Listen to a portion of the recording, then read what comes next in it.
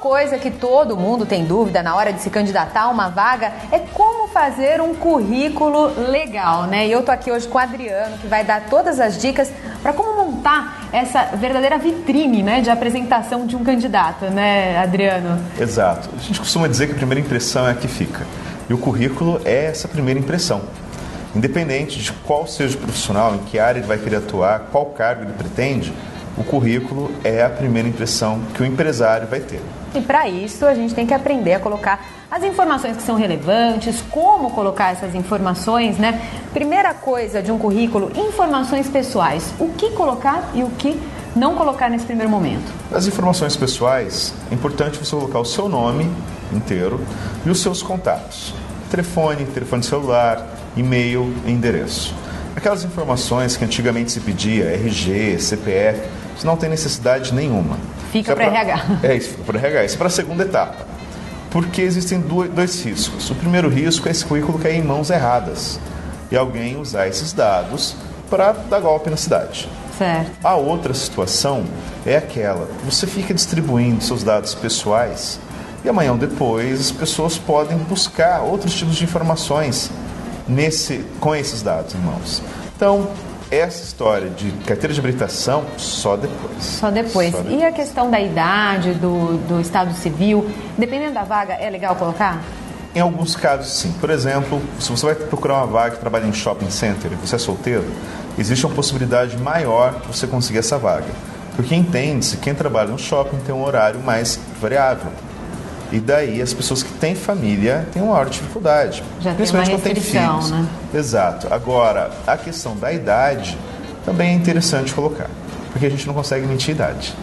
Apesar de que não se pede com muita frequência hoje em dia a idade para quando você vai contratar alguém. Isso é algo que não tem mais acontecido nas empresas. Mas é importante você colocar a idade. Por via das dúvidas, uma informação que nunca é demais. Né? E aí a pessoa começa a formular o currículo e quer colocar ali um objetivo profissional. O que ela quer para a carreira dela. Tem que dar uma pesquisadinha na vaga também, né? Antes de fazer essa informação. Um problema que às vezes acontece, a pessoa coloca que tem como objetivo profissional algo que é muito distante da vaga que ela deseja. A pessoa coloca que tem como objetivo profissional salvar baleias no Oceano Atlântico. Não tem problema nenhum, é ótimo isso. Mas ele procura uma vaga para ser gerente de uma loja.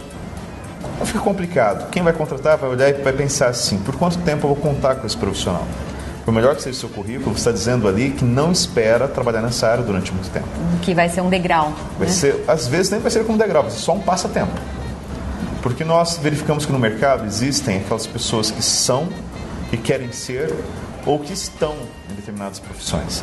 Aqueles que são profissionais se encontraram na área e estão atuando nela. Certo. Aqueles que querem ser profissionais são aqueles que estão em busca de algo melhor. Ele começa num cargo mais baixo, mas quer atingir uma função de chefia, por exemplo. E aqueles que estão profissionais são aqueles que estão de passagem. Eles têm um objetivo de vida muito diferente daquela vaga onde eles estão trabalhando. É importante para aquele que vai procurar um emprego, procurar nas áreas onde ele pretende atuar no futuro. Planejamento é tudo nesse momento. Para ter essa sequência na carreira profissional, né? Exatamente.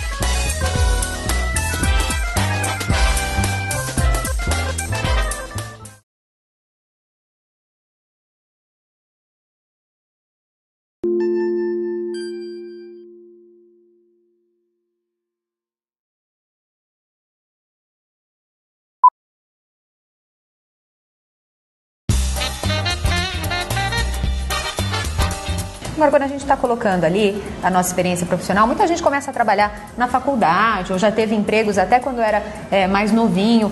Como a gente seleciona, né? Porque também aquele currículo cheio de trabalhos parece aquele pinga-pinga, né? Exato. Que a pessoa não parou em um lugar. O que eu seleciono? O que é interessante? Os últimos 4 trabalhos na área ou os trabalhos que forem dessa área, vale mencionar? Olha, funciona da seguinte maneira. Se você coloca muita experiência profissional, as pessoas não vão se ligar muito nisso. É interessante você colocar o que você fez nos últimos anos. Descrever, né? Descrevendo. Por exemplo, eu comecei a trabalhar muito cedo. Eu trabalhava em lanchonete. Se eu vou buscar uma vaga hoje, na área do ensino, por exemplo, essa experiência que eu tive não conta, de forma alguma. Não vai fazer diferença para quem vai te selecionar. Mesmo que já fazem vários e vários anos. Agora, se eu coloco as experiências relevantes nessa área, isso vale a pena. É importante lembrar que você não vai colocar só o cargo que você teve. É importante você colocar o que você fez durante esse período que você trabalhou. Todas as suas atribuições, e até projetos dentro da empresa que você conseguiu, que você desenvolveu, um sucesso. Que você participou, que você desenvolveu. Às vezes a pessoa coloca lá, trabalhei como engenheiro. Ótimo. Quantas engenharias existem? Várias. Mas eu era engenheiro civil. Perfeito. Que obras você fez? E qual era a tua função? Qual era a sua função? Porque às vezes a pessoa está descrevendo ali, trabalhei na empresa tal, né? Atribuições, mandou carta, fez isso, leu e-mail, não, vale selecionar também o que foram realmente as suas atribuições mais importantes na passagem ali, né? É aquilo que é relevante, aquilo que realmente vale a pena. O que acontece muitas vezes é que a pessoa enche o currículo com muitas informações que não valem a pena. Que o entrevistador ou que o contratante vai dar uma lida e vai pensar, olha, se esse cara passou todo esse tempo na empresa e fez só isso, coloca um monte de coisas, mas de importante foi 2 ou 3 tópicos, bom, esse rapaz também não vai chamar atenção. Não, esse rapaz está enchendo linguiça, como o pessoal costuma dizer. Legal, então escolhi ali as experiências profissionais que são bacanas para eu colocar. E a formação? Porque tem gente que tem pós, tem gente que fez uma especialização, mas também tem gente que coloca aquele monte de curso que fez ali durante a faculdade, ou antes ou depois, na formação. É legal colocar esse tipo de informação? Olha, existem os momentos corretos de colocar os cursos, por exemplo. Agora, se você fez faculdade, você não precisa colocar que fez 2º grau no colégio do seu bairro. Por melhor que seja o colégio do seu bairro.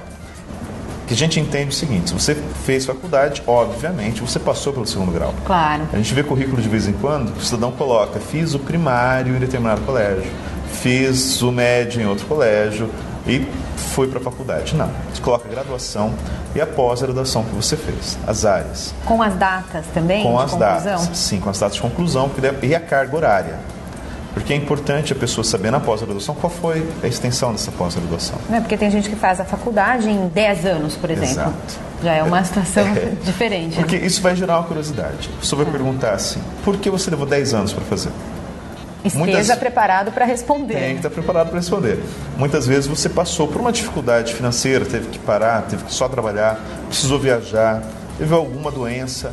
Então isso é importante, a pessoa saber que fez parte. Todos nós temos percalços. Agora, é interessante que você coloque aquilo que você fez também durante a faculdade. Fiz uma faculdade? Ótimo. E aí?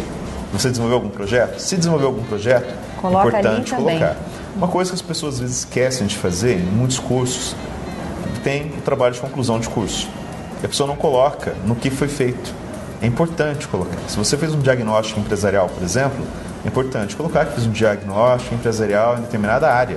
Pode ter tudo a ver com aquilo que você Pode ter tudo a ver com aquilo que você pretende. Pretender, né? Uma coisa interessante que aí fica de recado para aqueles que estão acabando a faculdade e que estão um pouco perdidos aqui no momento, é escolher bem os cursos de pós-graduação. Às vezes a gente verifica nos currículos o seguinte, a pessoa fez uma graduação numa área e fez 3 ou 4 pós-graduações em áreas totalmente diferentes. Quer dizer, não caracteriza uma especialização, Não. Né? O entrevistador vai olhar para aquilo e vai pensar, essa pessoa está perdida. Ela fez graduação, mas não sabe o que quer fazer da vida. E aquela mesma história, né? Quanto eu posso contar com esse profissional ou não. Quanto eu posso contar com esse profissional.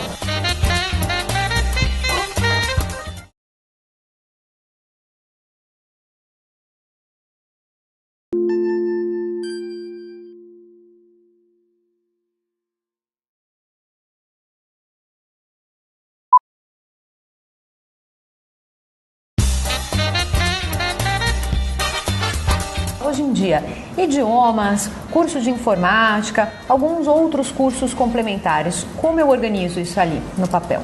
Quando você tem um curso complementar, por exemplo, informática e idiomas, você coloca cursos complementares e põe na sequência.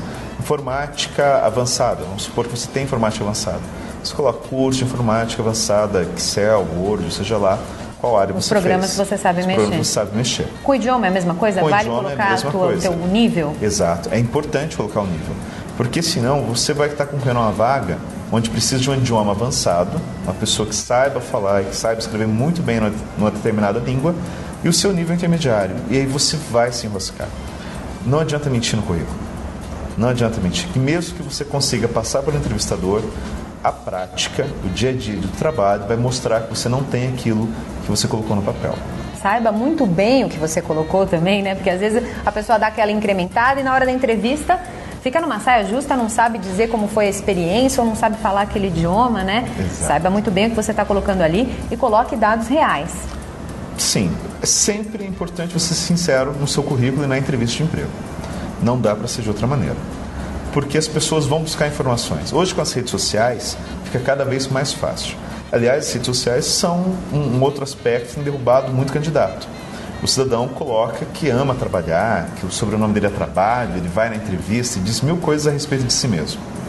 Aí a pessoa, com um clique de botão, entra nas comunidades que ele faz parte, no Orkut ou lá no Facebook.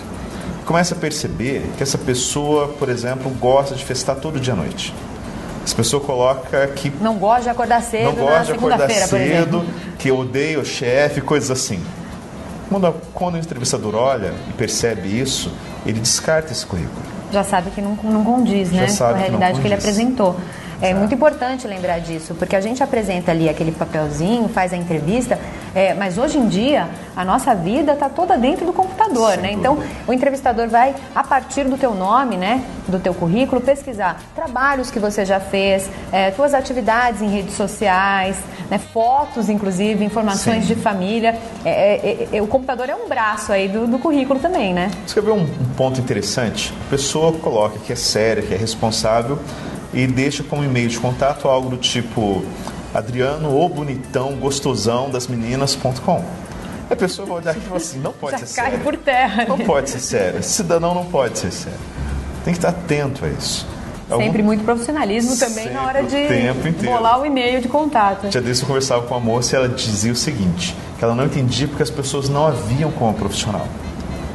Eu disse para ela, olha, faz o seguinte, me dá seu e-mail que eu mando algumas dicas, conforme a gente vai vendo uma coisa que achar interessante, eu te mando. Ela colocou assim, meu e-mail é fulano de tal, a poderosa ômega suprema. Eu falei, já estou vendo, porque não te vem como profissional. Porque já não se vem como profissional. Essas brincadeirinhas aí tem que evitar. Tem que lembrar o que é bacana. Por exemplo, se você trabalha com uma ONG, presta algum serviço comunitário, isso é interessante também. Porque entra como atividades extracurriculares. Uma experiência válida, então. É uma experiência válida. Por quê? Hoje, todas as empresas têm uma preocupação não só com o lucro, e sim com a resposta que se dá à sociedade. Então, quando você tem dentro da sua organização uma pessoa que já presta um serviço social, que já trabalha com alguma ONG, com alguma entidade, com alguma igreja, essa empresa pensa o seguinte, eu posso usar essa pessoa também. Ela me vai ser útil no dia a dia de trabalho, mas pode ser útil em outras ações também que a empresa possa implementar. Outro diferencial. Uma pergunta que as pessoas fazem com frequência. Eu viajei bastante, eu conheço o mundo, eu já fui para tal lugar, para tal lugar. O que colocar no currículo em termos de experiências internacionais? Porque às vezes um turismo ali que você fez com a sua família no fim de semana em algum lugar não vai ser legal colocar, né? Não. Às vezes fica parecendo que a pessoa está querendo se mostrar. Olha, eu tive a capacidade de viajar pelo mundo. Ótimo, o que você aprendeu com isso? Você foi para a Itália e você aprendeu lá. Eu aprendi que o macarrão não foi criado na Itália. Muito bem. O que mais? Só. Eu aprendi a colisar um prédio grande, velho e feio. Que não é feio, é lindo. Não vai adiantar. Então, realmente, experiências que tragam resultados em termos de carreira. Desde que haja resultado. A pessoa foi fazer um estágio fora do país. Ou foi fazer um intercâmbio mesmo. Nesse intercâmbio, ela trabalhou ajudando crianças carentes, por exemplo. Isso é interessante. Excelente colocar. Isso é excelente. Agora, foi fazer intercâmbio. Qual era a função do intercâmbio? Era aprender a língua. Então, você vai colocar, olha, você tem um nível avançado em função do intercâmbio que fez. Só isso.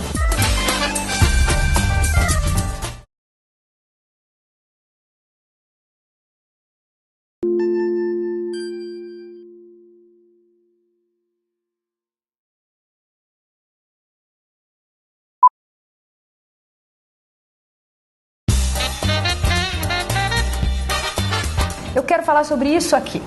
Uma coisa que hoje até está complicada, até porque o pessoal tem se comunicado por e-mail, rede social, usa o português errado, usa aquelas abreviações. A gente já viu aí muito currículo com erro de português e pessoas falando também durante as entrevistas com erro de português. Qual a dica? A dica é a seguinte.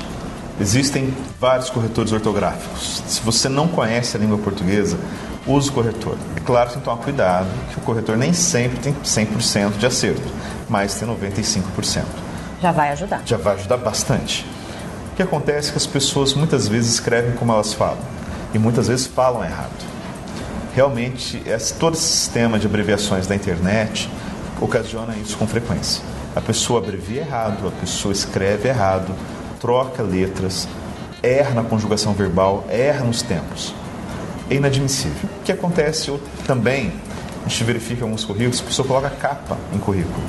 Não se coloca mais capa, pastinha, não tem essa necessidade. Folha colorida, todo aquele frufru, não. Não tem necessidade. E a foto? É legal colocar? A foto também não tem necessidade. Não. Agora, currículo pronto. Todas as dicas aqui do Adriano, tá perfeito. A pessoa se pergunta, eu saio disparando por aí ou vale aquela pesquisa da vaga, dar uma lapidada no currículo para ficar mais coerente com aquilo que eu vou me candidatar? É importante pesquisar a vaga e realmente dar essa lapidada. Outra coisa importante, você levou o currículo para uma empresa, entregou lá, ou através de uma agência de emprego, se foi indicado para entregar o currículo para alguém, você tem que estar atento e, antes da entrevista, pesquisar a empresa. Sempre ter essas informações na ponta da língua, né? Tem que ter alguma informação. Você tem que estar atento ao que a empresa faz, que mercado ela atua. Isso é básico. Você não precisa saber a fundo, mas o mínimo de informações possíveis você tem que ter. Afinal, a pessoa sabe que você quer, é ali que você quer trabalhar, né? Você então tem que mostrar esse primeiro interesse. Exatamente. E as informações hoje em dia são muito fáceis. A internet fornece isso facilmente. Então, é só uma questão de bom senso e de querer buscar as informações mesmo. A questão de cuidado com o horário de chegada, como se portar, também é válido. O que acontece muitas vezes é que a pessoa acha que chegar na hora é ideal e não é ideal. Sempre um pouquinho antes, né, Adriano? Uns 10 minutos, 15 antes 10, 15 minutos está ótimo. Meia hora, jamais. Porque aí demonstra muita ansiedade. Muita ansiedade e também que você está com tempo livre ali, né? Não tem... É importante lembrar que quando você vai ter uma entrevista de emprego, você está sendo avaliado desde o momento que você entra na empresa. Existem alguns empresários, amigos meus aqui, que quem começa a entrevista é o porteiro. A maneira como você... Já bate o olho, já sabe como você entrou, que horário você chegou, se deu bom dia, se não deu. As normas básicas de educação contam muito. E tem alguns que até testam, já começam a testar o candidato. Marca a entrevista para as 8 da manhã, o candidato chega às 10 para as 8 e ele deixa o candidato esperando 10 minutos. Na sala, para ver como ele se comporta. A gente já viu isso acontecer.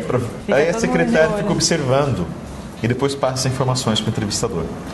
Porque dentro da sala ele pode ser uma pessoa, mas lá fora ele pode ter agido de maneira totalmente distinta.